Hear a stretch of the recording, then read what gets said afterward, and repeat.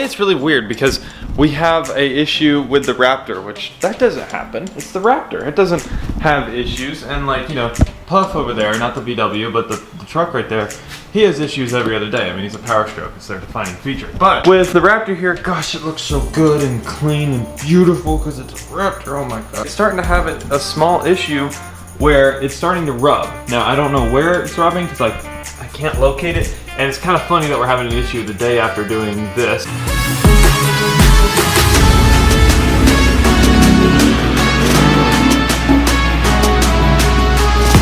Even so, I mean, it is a little weird. We didn't beat it up yesterday too bad, and honestly, the rubbing has been way before we even have been off-roading it at all.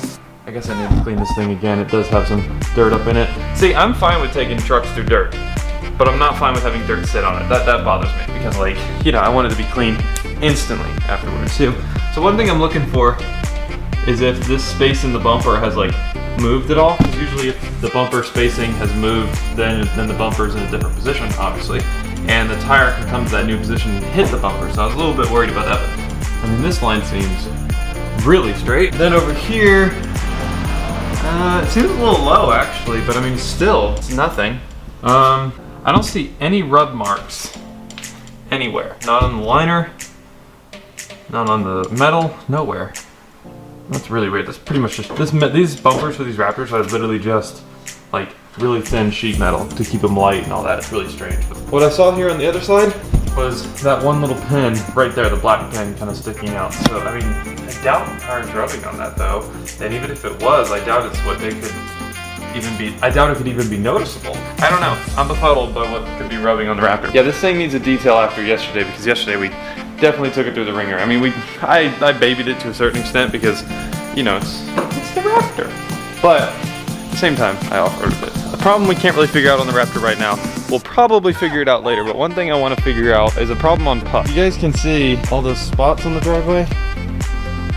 Yeah, those are all oil spots. Now, at first, it was only a few of them, and we didn't really even notice, and we kind of let it get out of hand and get to the point it is now. You can see that's a fresh one. So we're gonna have to like get an oil cleaner and get all these oil spots out of the driveway, which is doable according to people I've talked to, but it is going to be annoying because it's kind of ruined the driveway. But you see how fresh that is.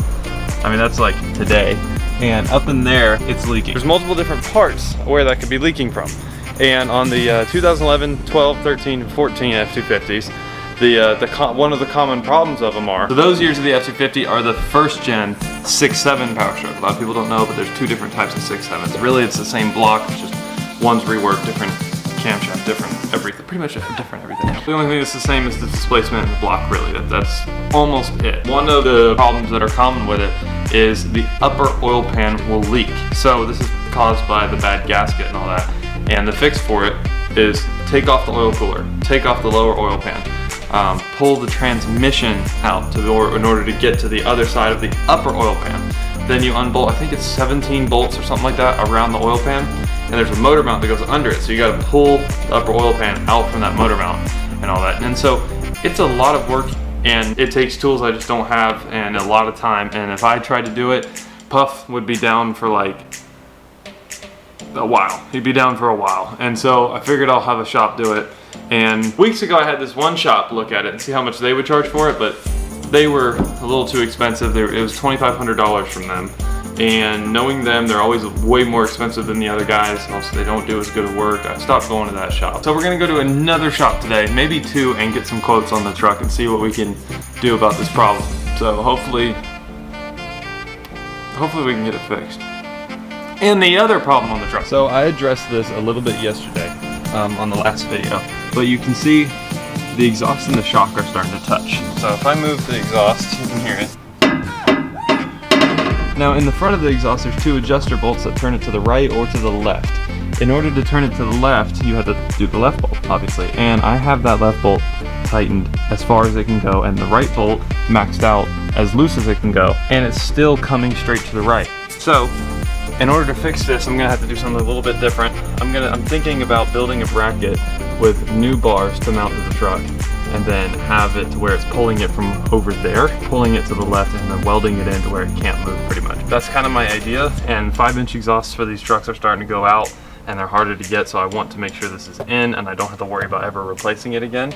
So I think we're gonna go ahead and do that. So that's kind of an idea I had too. I don't know if we're gonna get to that today, but that's an idea that I had. So it's a few hours later since I last spoke to you, and we are back from getting the quote for fixing the oil leak on the truck. The upper oil pan, you know, if it's cracked and that's what's causing the leak, I'll have to do that for 400 bucks. Oil pan gasket, obviously, oil filter and change, labor, which is labor, that's pretty cheap. It's really cheap.